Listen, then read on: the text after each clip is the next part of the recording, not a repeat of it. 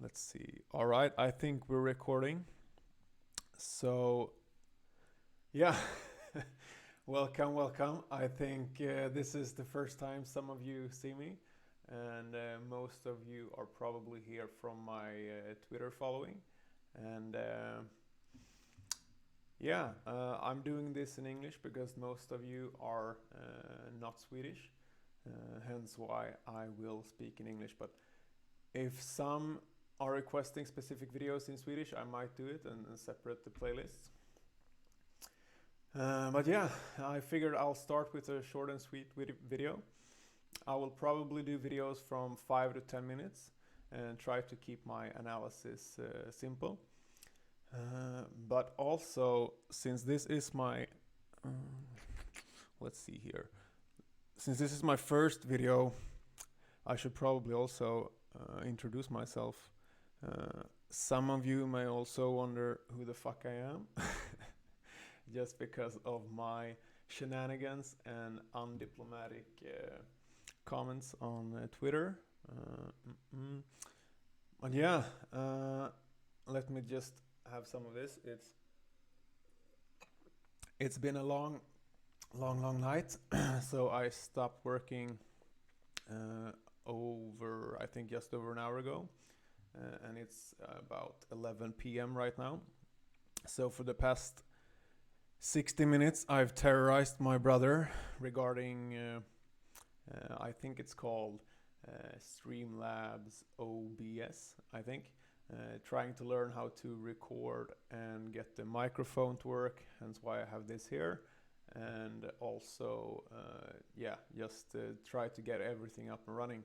And since I'm one of those motherfuckers who are impatient as hell, so taking a couple of days to learn it and produce a 10 out of 10 video, it's not really me. When I get an idea, I'll do it until it's done. So yeah, this is a quick fix, but hopefully the quality will improve over time.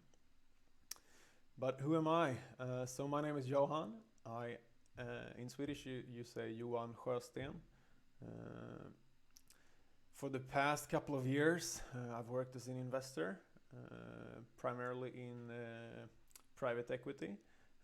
But for many years, I've been interested in trading and technical analysis.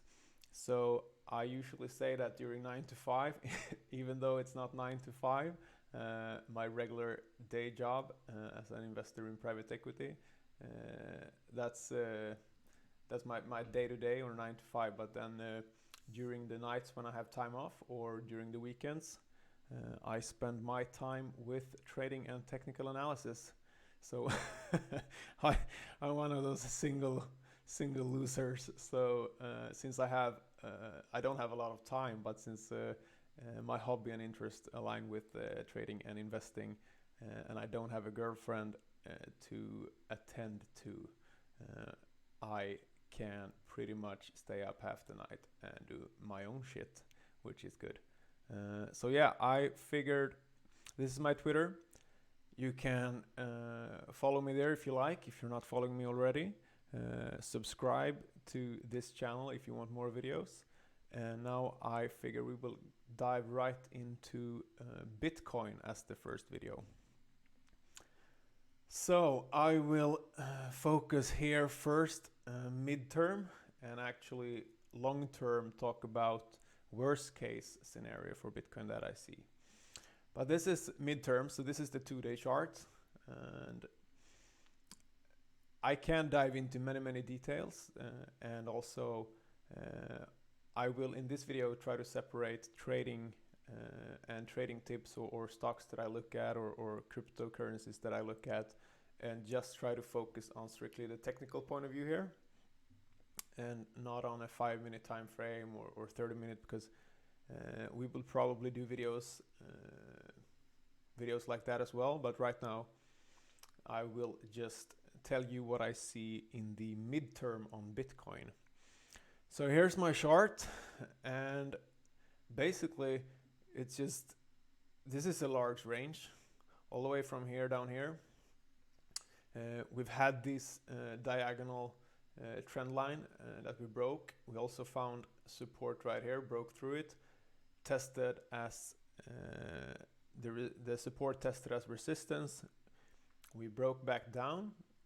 Now it's been kind of this hasn't really mattered a lot, but what I see right now is that this diagonal trend line resistance has been broken and retested, and so far it's holding up. But if you look at it, you can see that there's sort of a symmetrical triangle right here, talking about this line right here and this line right here. So right now, I don't really, if you're not range trading, you can take this, you can play from here to here or here to here. But if you're really looking for a smarter play, you want to wait for confirmation on direction, right? So in this case, if you're looking to go long, I would not enter a trade unless we've taken out this previous local high right here. So I've pointed out this zone with this blue rectangle right here. It's actually coming all the way from here. So this has been a clear resistance. First it was support, but then it's been a clear resistance, right? So until we take out this level, I won't play any long or mid-term plays right here. And with that exact same mindset, but on the downside, I will not play a short right here until we take out this red triangle right here. So when we start breaking this line right here, or this support right here, where we're actually quite close to right now, I won't take any short, and I'll probably first target this area right here, and then perhaps this area right here. So yeah, I will also in these videos let you know much more about how I go about technical analysis, what I prefer, what are my methods, strategies, what are my favorite trade setups, what I'm looking for right now. So yeah, if I have a few charts that I'm positioning into or that I'm watching, I can share those too. And also, if you have charts that you would like me to analyze, feel free to let me know on Twitter or down in the comments here on YouTube, and I may cover them. But yeah, there's a lot going into my thoughts and analysis, but trying to keep the current situation for Bitcoin really simple for you guys. I don't go long, mid-term or long-term until this is taken out. I don't go short until this is taken out. And taken out, I mean a close on preferably a 4 hour or 4 hour or daily. You could trade a 1 hour, but I wouldn't in this case. I would probably wait for a 4 hour close to be below this or above this for a direction. But let's talk about the doom and gloom, because every fucker out there is talking about Bitcoin going to zero or Bitcoin going to 200, 300,000. There's no in between. And obviously there's a lot of levels, both on the upside and downside, that has to be taken out in order for those targets to even be remotely relevant, because right now they're not even close to being fucking relevant. I don't care what anyone says. That's just stupid. But yeah, so if we look at, let's say, the monthly right here, what you can see on this is not perhaps my longest term chart, but yeah, if you look at Bitcoin, Coinbase doesn't really go further than 2015 right here, but yeah, this is still the same. So if you look at the history of Bitcoin, this is the 50 EMA. However, given that it's right under it, I'd say the 55 is probably, the monthly 55 is probably closer to the bottom right here. But as you can see, we've never taken out the 50 EMA. Never in Bitcoin's history since the monthly 50 or 55 have been available. We've never taken it out. So when people are talking about Bitcoin going to 20,000, you have to realize that that means Bitcoin has to go down to the previous all-time high. And if you look at all the previous cycles of Bitcoin from all-time high to the next peak cycle and then the next bear market, it has never even come close to the previous cycle's all-time high. Not even close, and I'll show you. And also the fact that it hasn't ever come down to the 50, or it's always held the 50 and 55 EMA. I don't think it's a very good analysis to assume that this time will be different. So until you're proven wrong, I wouldn't expect a Bitcoin below 25,000 at this time. So here you can see it's right around 25,000. Since we've never even come that close to it, I'd say that if we break the region we're closer to right now, and the I'd say worst case is 29k. I would be very surprised if we go down to 25k, given the history of Bitcoin. So yeah, if we go to, let's say, the previous all-time high, that's the 20. Not even close right now. Let's look at the all-time high on the cycle before that, right here. Not even close. The gap is way too big, and it's the same for the previous. So given that, I'd say the worst case is probably 29k in my opinion.